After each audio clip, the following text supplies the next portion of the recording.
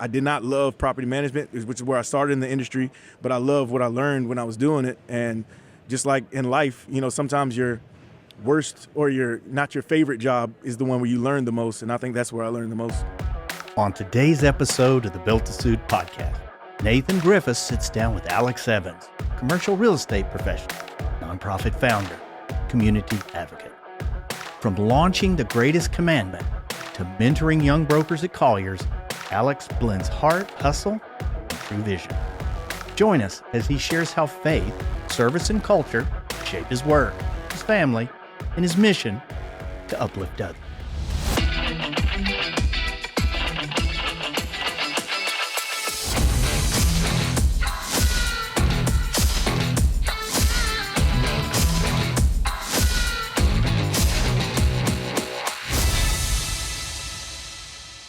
I'm fortunate to be able to call Alex my friend, or at least I hope that's the case, because he's a scary dude. Like but no, here's where I want to start. So everybody knows Alex because he's got those guns. Okay. But here's the thing.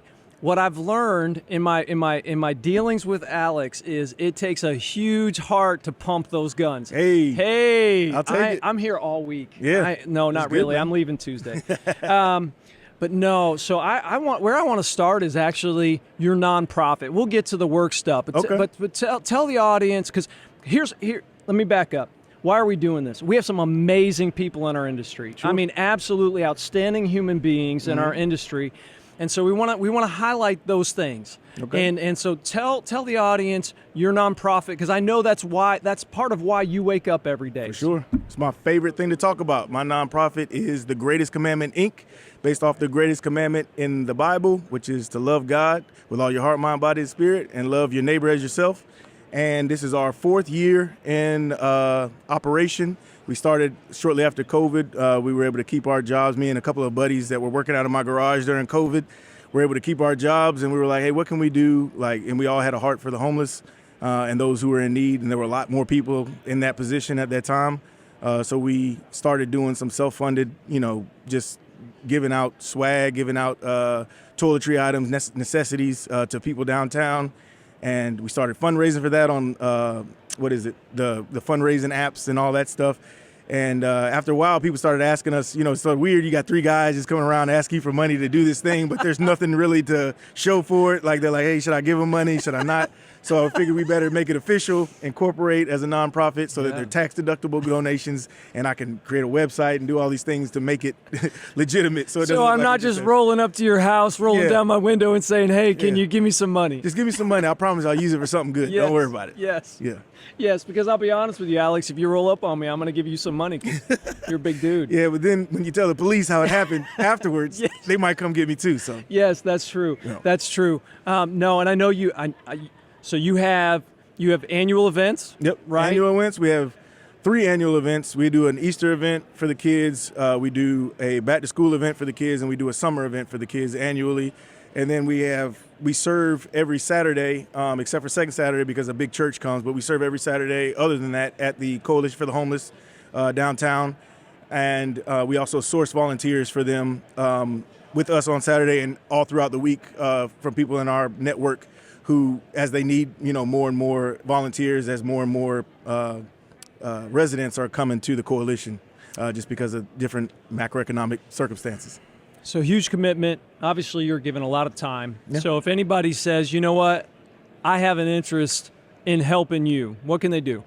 They can. They can give money. Yeah. Like we covered that. Treasure and time. Yeah. Yeah. Your treasure and your time. If you can't give money, that's fine. If you can give me some treasure, some time, that's even better. Yeah. I'd love to have you come, and it's great for kids too that need hours for school, for their scholarships or for whatever they're trying to do. But also, it's good for them to see. I think a lot of kids in this day and age are entitled, and they don't understand. Like, they feel like they're destitute if they can't go do the thing they want to do, as opposed to people who actually don't have shoes to put on their feet. And they see kids their age that are coming through the line, and it creates a different mindset, I think, in people. So that's another way you can help. And also just spreading the word. Like, if you don't have the ability to help or the time, tell other people. Maybe they do. Pray for us. Do whatever you can. I'll take anything positive towards the goal. And my ultimate goal is to expand what we're doing. by increasing, our program to other locations outside of Central Florida. But at the time right now, it's hard to even keep the donations that we have coming in, just because everybody's feeling it at the pump, at the in their grocery bill, and everywhere else. Yeah, so I didn't know if we were going to get in a state of economy, Okay. right? But that's how these roll, and so I look at trend data. I see a lot of high increase in people who are car payments. They're maxed out their credit cards. Mm-hmm. We're starting to see a little bit of pressure in the industry. How does somebody, because I know you've had these conversations with those people on the street, talk about how easy it is to wind up there? It's easy and it's hard. Like it's crazy because, if you think about, I use myself as an example. I have a foundation. I have a family. I have friends. I have people I can reach out to if I'm in a state of need. Now, I have pride too, so it's going to be hard to potentially do that. But if I put my pride aside and I'm able to ask for help, those people will likely help me for a time. But if things don't get better, they're not going to be able to help me forever just for economic reasons. They have other responsibilities, and I get that. It takes a lot to get to the street, I think, for people. But at the same time, it takes a lot for their support system and all that. But it doesn't take much. Most people are about 2 paychecks away from being on the street, and they may not feel that way because their paychecks coming in their mind. But you have a medical issue. You have, your grocery bills now, your normal amount of groceries is only covering 2 grocery trips and not 4, every week for a month. You have a death of someone, or you go through depression or you get hurt or anything can put you there, and keep you from those 2 paychecks that are keeping you in your home. Yeah. So I say it's easy and it's hard. It's crazy that small things like increases in gas prices or the pandemic was a big thing, but increase in gas prices can increase the amount of people who are at the shelter. So it'll, until it's maxed out. So I don't know if that answers your question. No, I think it's really relevant because we sometimes miss how fine a line it is to fall over an edge, and how I was almost going to ask you the statistical question of can you correlate something with the number of people that are at your events? Yeah. And you just did that. Yeah. And so I think it is good to be mindful of that and the influences of small things. And just, I know your heart is to serve a community. Yeah. And we get to do that by bringing buildings and services and stuff like that, and that's great.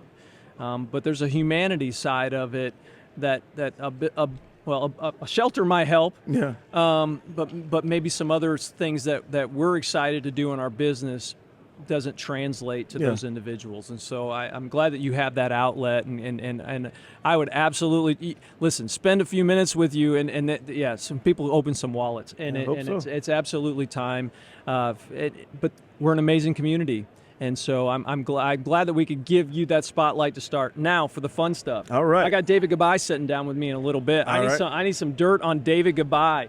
Let me back up. Right. So Alex obviously just recently joined Colliers. Are you through your year honeymoon yet? Yeah, I'm through a year. My year was right before Memorial Day. So okay. So end of May I was a year. Okay.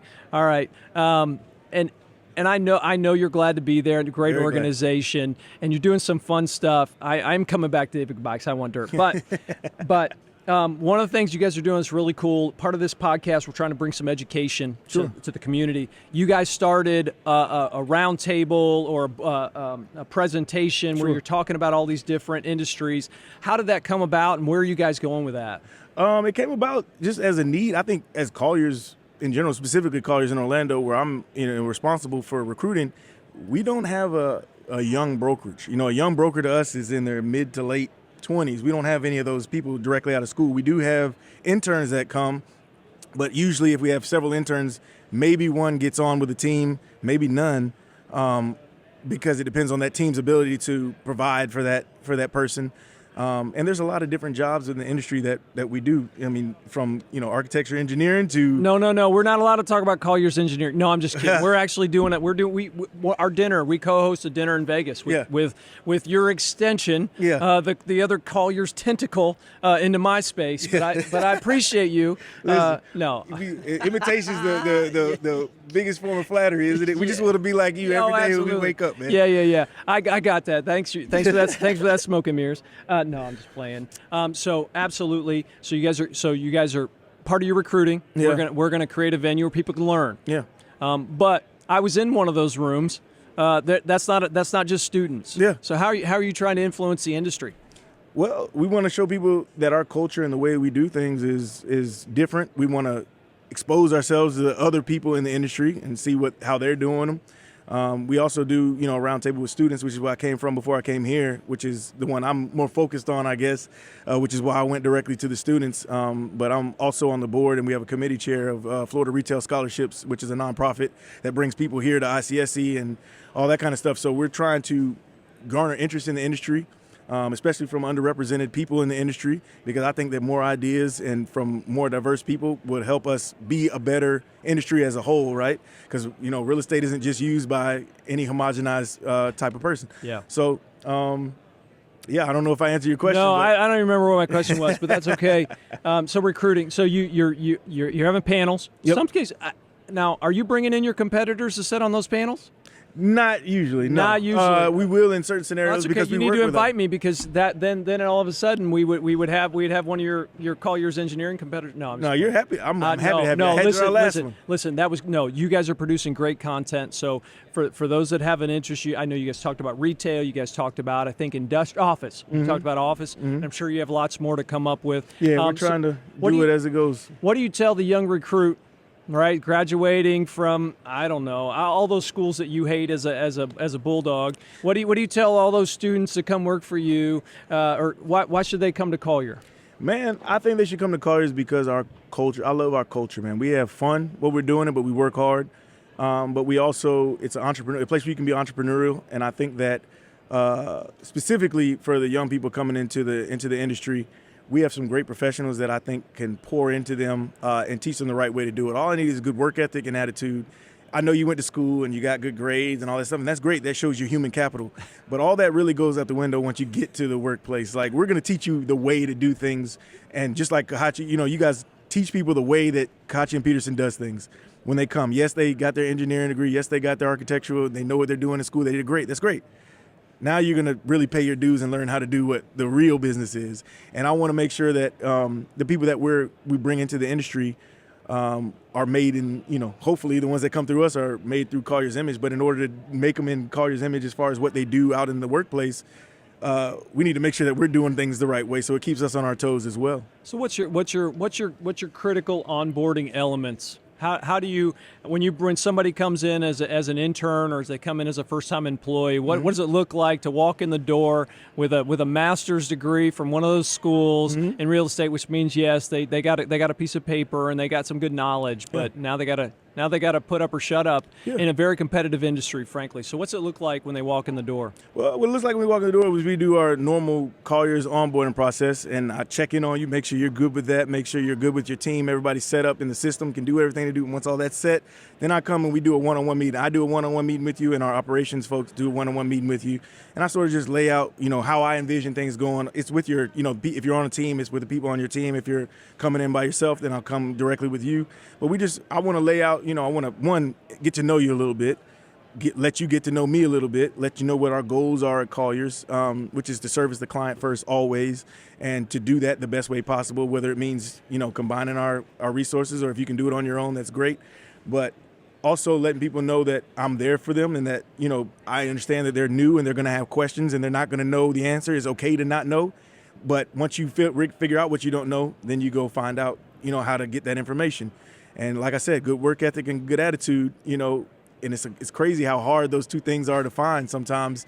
But there's a lot of great students out there that are a lot more astute than I was at their age, a lot more involved, at this level Isn't of their that life. crazy? Yeah. Isn't that crazy? On some ways, you're like, please work harder. And then other ways, man, they're so freaking smart. Exactly. Well, I'm always going to push it regardless. Like I'll let them know a couple years later, like, hey, when you started, you could have probably, you know what I mean? Like you I learned some things. I learned some I things. didn't tell really, you. Yeah. You were right, but I used my platform to let you know that, you know, I had to let you, to pay your dues. But no, and then people come in and you're going to work hard, man. You're going to work hard, but that's okay. It's okay to work hard. I know, you hear catchphrases like work-life balance and all that, and it's important. That stuff is important. But when you're coming in the industry, that's probably not the first thing I want to hear when I'm talking to you as a person who's never done a deal before in your life. So I've had this conversation. Work-life balance is a lie. I've had this conversation. Great book, The One Thing by the founder Keller Williams. He talks about that being a lie, and he talks about work-life counterbalance. Yeah. So for somebody who's just coming into the industry, I don't care what place in the industry, or really any industry, there are seasons in your life where you have to make an investment in a career. You can't serve two masters, right? Yeah. And so there's times in your life where family's sick or whatever, and you have to, that's going to be a priority in your life. And then there's times where you're trying to develop a career, you're trying to chase a promotion, you're trying to get a new certification or whatever, and it's going to require you to invest more time into that. Yep. He talks about the key is communicating. Yep. Right, you got to communicate. Hey, in this season, I'm chasing hard in this direction, but it's going to have an end. This is my runway to it. So you're still in your honeymoon of being married, though. That's right. A little bit over a year too. Yeah. I got the job, got a new house, and got a new wife. Same month. They say that you shouldn't do all those things in one time, but that's I've been a rebel you. my whole life. Go big or go home. That's right. Go big or go home. So how are you finding new job, new wife, new house? That's okay. I hope it doesn't have any. I hope you're not doing a remodel. No, because that's not a great plan for your new marriage. Nope. So how are you counterbalancing new job, new wife? I mean, my wife is making everything a lot easier, man. I've listened to young people. If you listen to this, I was a guy that was scared of commitment for a very long time, and I realized that commitment is the thing that I love the most because it goes both ways. My wife is so helpful to everything that I'm able to do, and she's helped me accomplish more than I ever would have been able to help accomplish on my own. It's just like a kid, man. They think they know everything until they realize that they don't when they become an adult. I became an adult because of my wife in a different way, and now I realize I didn't have the best way of doing things, and it's much better with her than it is on my own. Listen, we absolutely have to publish that part. Can we tag her? Like, you can give something. Yeah. No. I've been in rooms, not on a hot mic, and I know you are excited to be married. I sat down with a guy a few minutes ago, married 29 years. Yeah. And we're having some great transparency, and he's like, sometimes when I come home, my wife gets angry, Darren. Or exhausted. He said exhausted, Darren. And I said, sometimes I go home and my wife gets angry, Nathan. Yeah. Well, we had a conversation outside of the microphone where it was similar to me, but you got to find a balance, like you said. Yes. Counterbalance. Yes. And so communicating and going, okay, like my wife wants to talk about my day. Mm-hmm. She wants to hear the things, Alex, and I know. So and it doesn't matter. I think this is two directional. Whether it's a male coming home, female, it doesn't matter. Mm-hmm. So what have you learned when you go home and your wife says, "How was your day?" So I learned to go farther than it was good every day, and also learned from our group. We have a Bible study that we go to in full candor that we meet at every month. I learned from our group to have a thing, which is now my briefcase that I bring home. Once I put that down, I'm putting everything from work that goes along with that briefcase down for the moment so that I can be a good husband to my wife and a good father to my daughter, and be attentive to them and respond to their questions with more than yes or no questions, and not take out the things that were frustrating me that were tied to my briefcase now, not taking them out on them. And give them time, and even the dog, when he's excited to see me, everybody's getting some love. Everybody gets some love. What kind of dog does Alex Evans have? Alex Evans has a Shih Tzu poodle. Of course he does. Yeah, a very small white, listen, 20-pound Shih Tzu poodle named Chase Edwards. I don't know why. He has a different last name than us, but his last name is Chase Edward. And man, I love him to death. I'm gonna tell you, it's my wife's dog. Before we got married, she already had the dog, and I did not particularly like Chase very much because he kept having accidents all over my house when we got married. Yeah. And so but he's grown on me, man. I love him to death, man. And sometimes I got to remind myself to say hello to my wife and daughter before I say hello to Chase when I get home. If I'm being honest. If I'm being honest. Listen, this is such information that's never forgotten. But you know, my wife and my daughter don't turn a circle and jump up excited to see me every day when I'm home. Now, they're excited to see me in their own way. But, you know, the dog is a little bit more. They don't pee on the floor either, Yeah, I hope. Right. So no, there's not that. usually. There's that. There's that. Shih Tzu Poodle. That's going to be fantastic. I can't wait till our next Bible study to share that with the crowd. I'll bring a picture of him. Yeah. I'm sure you have it in your pocket. I might. You might. Here's the deal. So for every individual is thinking, I don't know where I'm gonna go and intern. Man, I can imagine, Alex, that you're a great mentor and a great teacher, and I know you had some. I had some great mentors. I know you had some. So who's the individual or the book that you'd say this was the individual that really set me in a positive direction? The individual who did the most for my career. Probably, if I met him on the street, wouldn't talk to him, never have anything else in common. We don't have very much in common. God rest his soul, is Steve Weingarten from Weingarten Realty. When I started with Weingarten Realty, he took me under his wing. I told him my goal was to get into the production side of the business when I was in property management, and he gave me opportunities, and then he gave me more opportunities, and then he would give me responsibility, and then he'd give me more opportunities, and he didn't have to do any of that. He didn't have to do not one bit of it, and there was plenty of people that I think probably had more promise than I did, but something he saw in me, grace of God, I'm so thankful for him. He did more for my career than any other person, and I'm always going to be grateful for him. Books, I'm going to be pretty basic on that one. How to Win Friends and Influence People is always my go-to. It's not broke. Yeah. It's not a broke book. I know. It may be 100 years old, but it's not a broke book. And I'm telling you, I just sent it to a young student that I was talking to here at this conference. I emailed it, mailed it to him. It should be back at his dorm when he gets back there. But I told him, I was like, this book, I went to the Dale Carnegie course when I was, coming up as well. That was something that Weingarten did. I got management training. Weingarten gave me, management training because I was good at meeting my goals. But once they gave me other people as under my responsibility, I was angry Alex a lot. I was busy Alex a lot, and I had to learn. I learned it then. I didn't correlate it to my personal life, obviously, and I had to relearn it. But I did learn that, and that's what gets me up in the morning, man. I love dealing with people, man. I love making a positive impact on people, and I did not love property management, which is where I started in the industry, but I love what I learned when I was doing it. And just like in life, sometimes your worst or not your favorite job is the one where you learn the most, and I think that's where I learned the most. No, I think that's great, and I'm sure that fuels you to make the investment in other people, because you have firsthand experience of what the impact of one individual who's willing to invest some time to hand you some rope, and then when you hang yourself, he's still there. He's like, I'll get you down, and let's try again. Or when you fall down, he gets you back up. I oftentimes talk about that.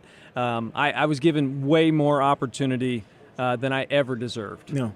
I don't know about that, man. No,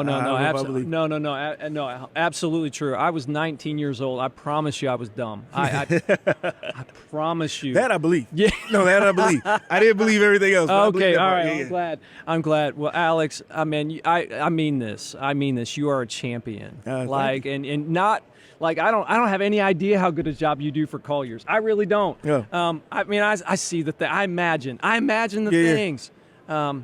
But as a human being, you're top notch. And so any person who's coming out of college and says, where do I want to go take an opportunity, give Colliers a shot. Spend some time with my friend Alex. I promise you, he'll invest in you. You'll be better off, and it'll be great for your career. But and then give him some money. Like don't make him ask twice, man. Help. Listen, help. We take no administration fees. All the money goes to the people. And come talk to him about it. Understand the why, because I know you're passionate about it. I know you've seen the impact, you've seen the influence. You can tell the stories of the kids' faces that light up over a pair of shoes or whatever. And that stuff changes you. Yeah. That stuff changes you. It gives you a different perspective of how you deal with people in general. Brings humanity back to humanity. So thank you, Alex, for 15 minutes of time. I appreciate you so much, brother. We'll talk to you soon. Likewise, and everything you said back to you, man. And it's a blessing knowing you, man, for sure. Appreciate you. All right.